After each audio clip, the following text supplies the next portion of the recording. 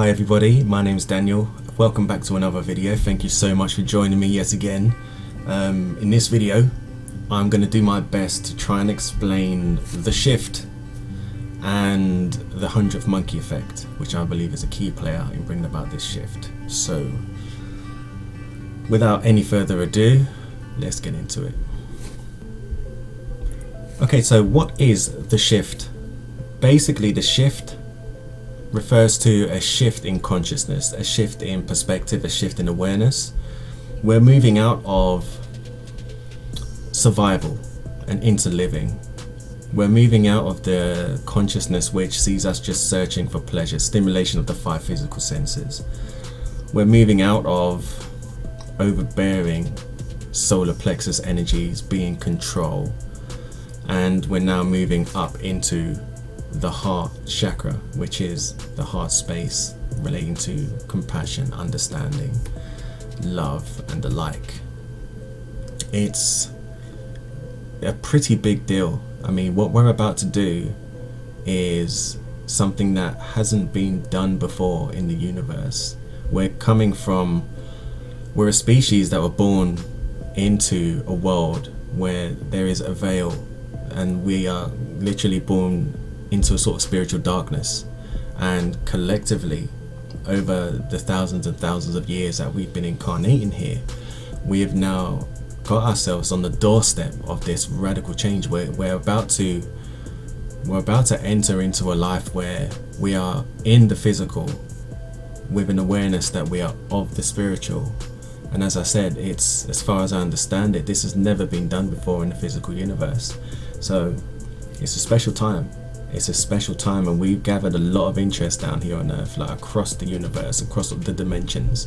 They're all watching intently as we embark on this mission of shifting and transcending into this new phase, this new way of life, this new Earth as it's been put. At this moment in time, there's a lot of these shifts taking place. Like, life seems to be bringing up a lot of the stuff that we've been kept held deep down inside. It's being brought up so we can see it, identify the associated lessons with that, and ultimately let go.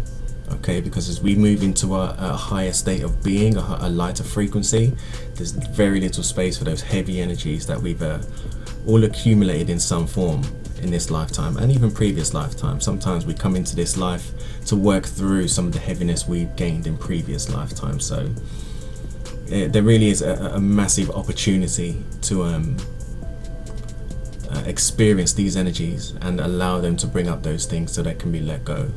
Now, individually, this work is completed, and what that ultimately does is it feeds into this collective release that we're all going through at this moment in time. On the surface, it looks like things may be getting worse, but I would encourage you to look a little bit closer. I mean, if we just pause for a second and think back maybe 10 years, we've all got a friend right now who, if we think about them 10 years ago, you would never think that they would consider some of the information that they're considering now. Some of those people may have been you. Maybe 10 years ago, you was that person. You didn't think that any of these ideas would be sticking to you the way that they are now. But through some sort of soul searching, or life just being annoyingly perfect in the many ways that it is, managed to get through to you and put you in touch with something else inside. And now you're in touch with that, and you're tethered into your heart space that is now ultimately contributing to this shift that we're going to talk about in this video. Okay, so what is the 100th monkey effect? The 100th monkey effect is basically a phenomena that was observed by some scientists a few decades ago. And what these scientists were doing was observing macaque monkeys, and rather than get the story mixed up, what I'm going to do is I'm just going to read a passage that describes what was taking place and the kind of things that they acknowledged whilst they were doing it.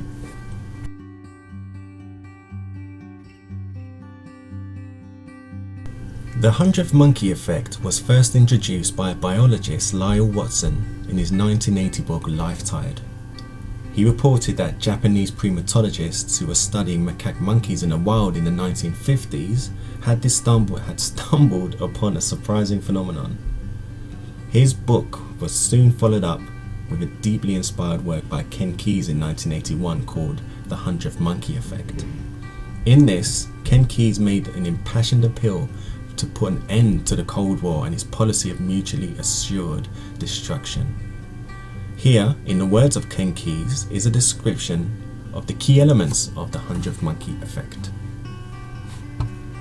The Japanese monkey Macaca fuscata had been observed in the wild for a period of over 30 years. In 1952, on the island of Kushima, scientists were providing monkeys with sweet potatoes dropped in the sand.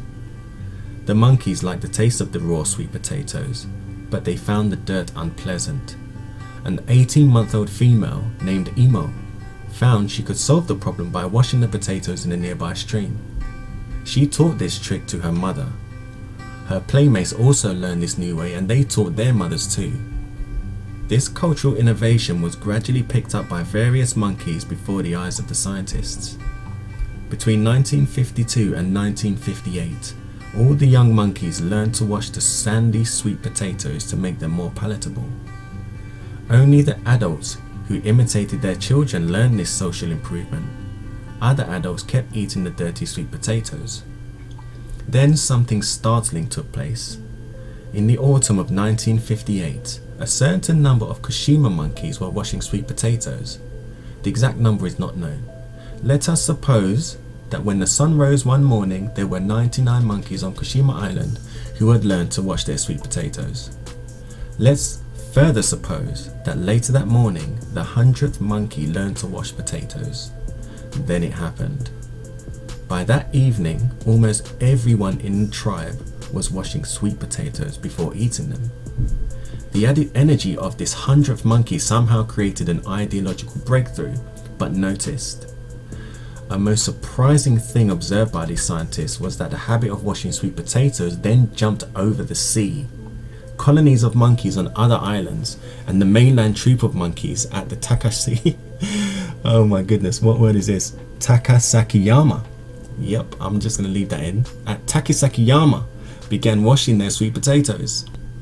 Thus, when a certain critical number achieves an awareness, this new awareness may be communicated from mind to mind. Although the exact number may vary, this 100th monkey phenomena means that when only a limited number of people know a new way, it may remain a conscious property of these people.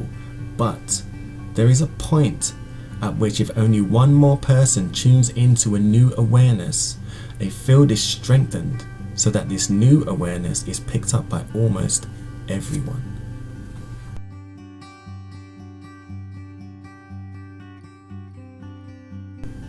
So what this basically means is that we don't need everybody, we just need enough of us.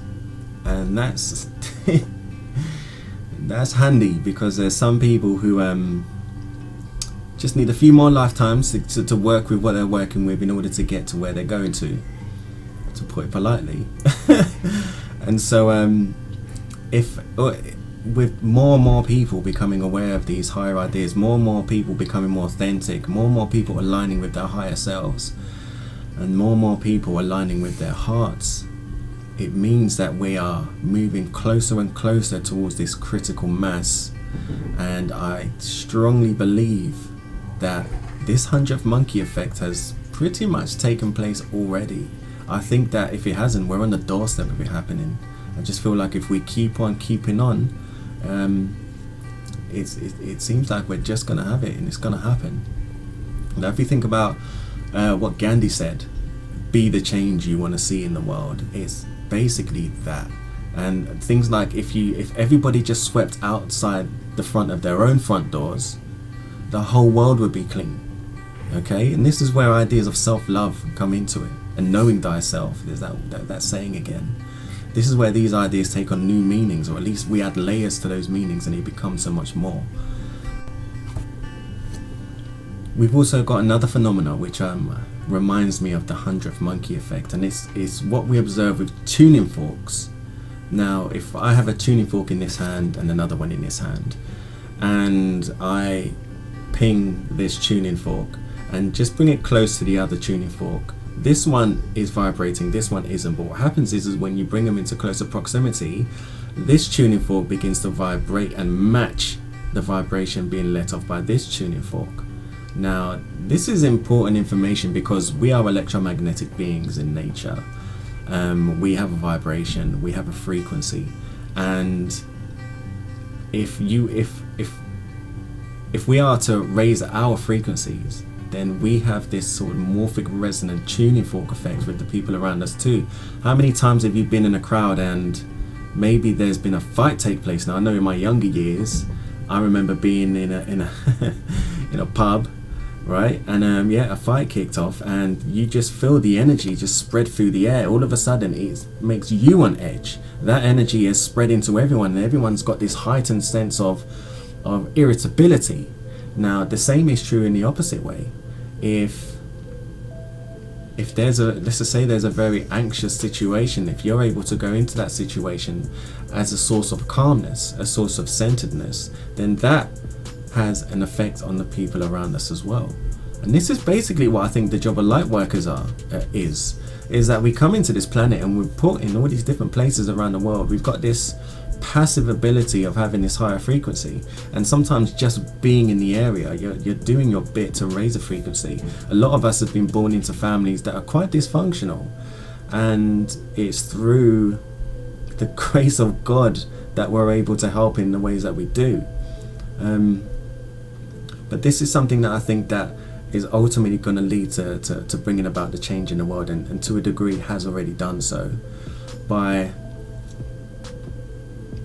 allowing the rubbish, the crap, to be shaken out of you as it's been doing during this time, to allow it to come up, to letting it go, let go of all of that rubbish, because that in turn raises your frequency, raises your vibration. You lighten up, literally, you lighten up, and this lightening up accompanies a raising in vibration, and that raising of vibration ultimately serves to raise your local environment, which feeds into our collective worldly environment. We've got the things like the human resonance, which has been steadily rising as well. The fact that the earth is going through higher vibratory spaces in the universe, bringing those higher energies and higher frequencies to the earth. We're being bombarded with these higher frequencies and higher energies daily, and it can be quite rough because these things literally shake the crap out of us.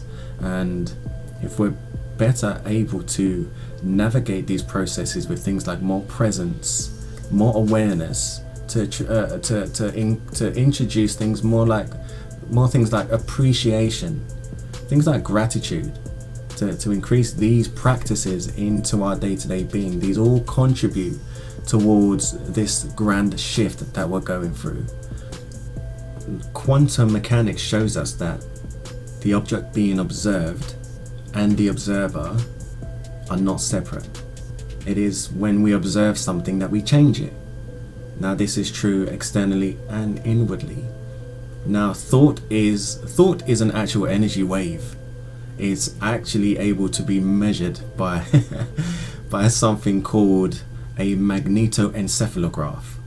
Now, I practice saying that word before I come on here, but basically what a magnetoencephalograph, I'm showing off, is where they put these things attached to your head, and when you have a certain thought, it has this, as I said, it lets off this energy wave, and the magnetoencephalograph is able to actually measure the wave and the frequencies and the energy that comes out from the thought.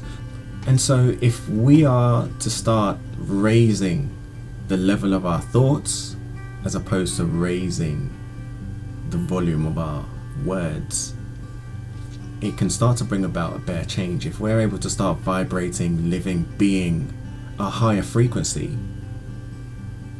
and we begin to look for those things too in the people around us, we begin to create that reality through morphic resonance. It has no choice but to reflect back those changes. As I said, we are beginning to vibrate as this tuning fork. We are setting our state of being. We're not allowing the external to dictate our inner state. We are deciding who we are in relation to these things. And by showing up and choosing higher thoughts, and by being otherwise, we feed into sort of energy bubble. Now, these energy bubbles have a word. It's a bit of a strange word. It's called an egregore. Again, this is something that I can go to another time. But we feed into this collective human consciousness. Imagine the sum of all human thoughts being collected in this bubble. Okay, just imagine it just hovers around the earth. When enough of us begin to contribute higher ideas, higher awareness, higher presence, more gratitude, more love into this collective human consciousness, what happens is, once we activate that 100th monkey effect, all of those higher ideas is able to feed into everybody else around the planet. So this is why we don't need everyone, we just need enough of us, and that is supremely encouraging, and I know you know what I mean. And so I'll refer back to the times that we find ourselves in now, and this is a time for personal growth, which basically equates and connects to collective growth. And when enough of us have gone through our own personal versions of these shifts, when enough of us have aligned with this new higher consciousness, we're going to inevitably reach that critical mass, and suddenly everybody becomes aware of this new reality, this greater reality. We step out of the old, we shed the old skin, and we step into this new paradigm, this new way of being, this new way of living. And when that day comes, you can bet it's going to be a heart-centered reality. It's going to be a day where humanity will look back and see how far we've come. We'll be able to take a look, and the changes and the shifts will be tangible. And something that really makes me feel good is knowing that I was part of it.